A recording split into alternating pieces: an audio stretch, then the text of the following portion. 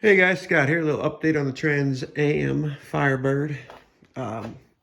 So I don't know if I mentioned this in the other videos. I think I did. I was a little bit, not into this type of direct mount fan. I know they have their place and their purpose. It's pretty cool. This stuff isn't cheap. This is a spacer that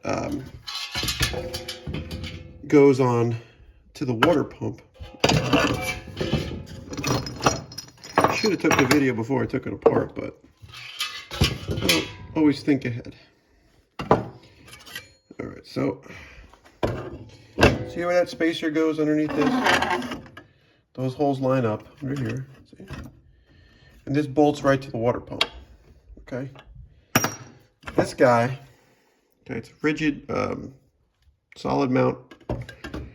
So when you give it gas, that thing whirls all the time. It's always whirling. It's always flexing too, because when it puts CFMs through the radiator towards the engine, it'll actually flex slightly.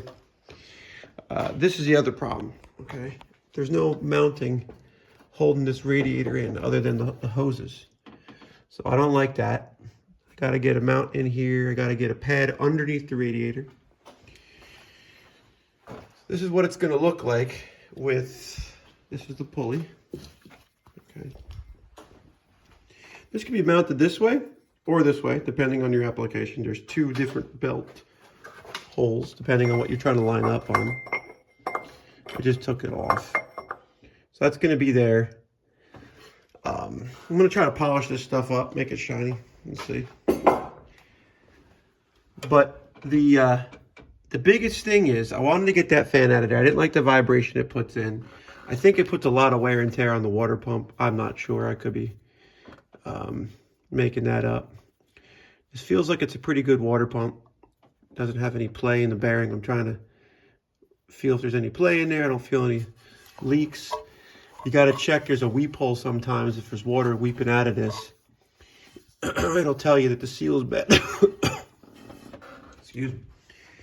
So this is the fan shroud too. This is something else that, was sitting in here. Okay. It's just banging around, flopping around. It's not really very well put together. Okay. It's just in there. Nothing's right. The fan was sticking out of that.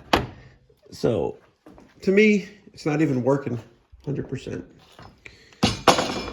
There that goes. That's a permanent spot for that. So what I'm going to do is I'm going to drain the radiator. There's a drain plug,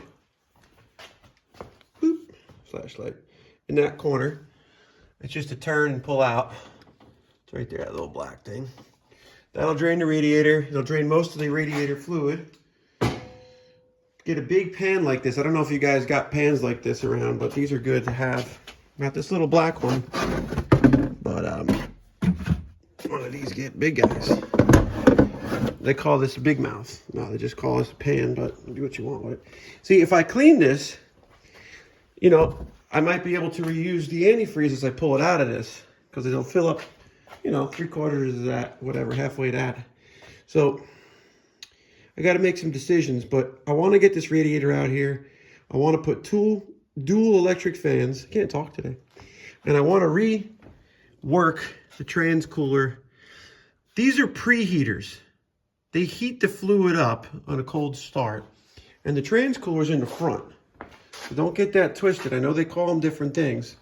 But there's a trans cooler that's sitting on the front of this radiator. These are the mounts for it. See these 4 zip tie mounts? They go through the radiator, which I don't like.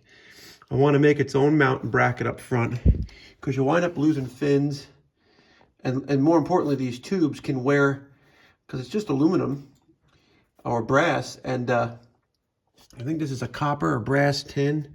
So this is probably original radiator.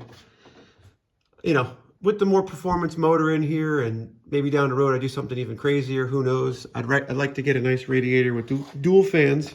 I don't got to worry about the vibration. I don't got to worry about my fingers as much getting into that fan. I mean, just something about this spinning at 1,500 RPMs while you're working on stuff, or 1,000 RPMs at idle. You're not going to really end up in a good spot. It's just whatever. People deal with it. I'm just not into it. Makes me nervous. Call it what you will.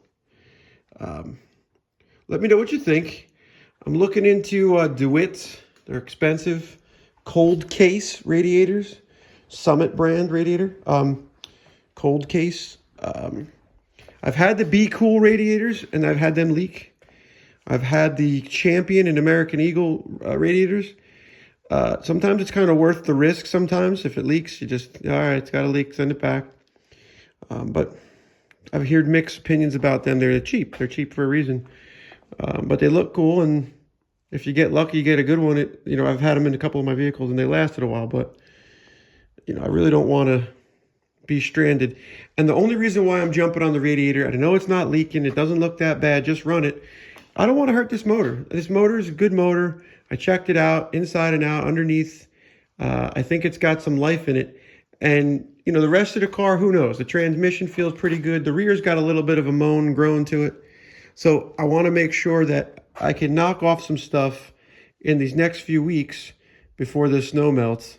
Get this thing mounted correctly. It's just sitting on metal. It's not going to last. And whatever damage is done from vibrating, I'm sure. So just remember that. You got to have rubber insulators around these radiators on whatever they're touching. If it's touching, it's going to wear. Like this is pushing in on this. Every time I rev the engine, that fan moved forward. The radiator got sucked forward. It's a mess. So we're going to try to do this right. So if I do end up passing it on one day to my son or somebody else, it's right. That's the whole point. You're not supposed to just, flip them and rip people off. That's not the game plan as far as I'm concerned. Whether you're trying to get to heaven or you're trying to get to another dimension, you got to do the right thing in this life. It catches up to you. So remember that little school for thought here. I got a buddy here who's let me borrow all these pedals. He's crazy, man. He's giving me the Super Distortion, the Crybaby. He let me borrow his amp. He's a good guy, and I appreciate it, and I'm taking good care of it. I'm not thrashing on it too high. You can see the settings here. Come on. That's not even anywhere near maxed out.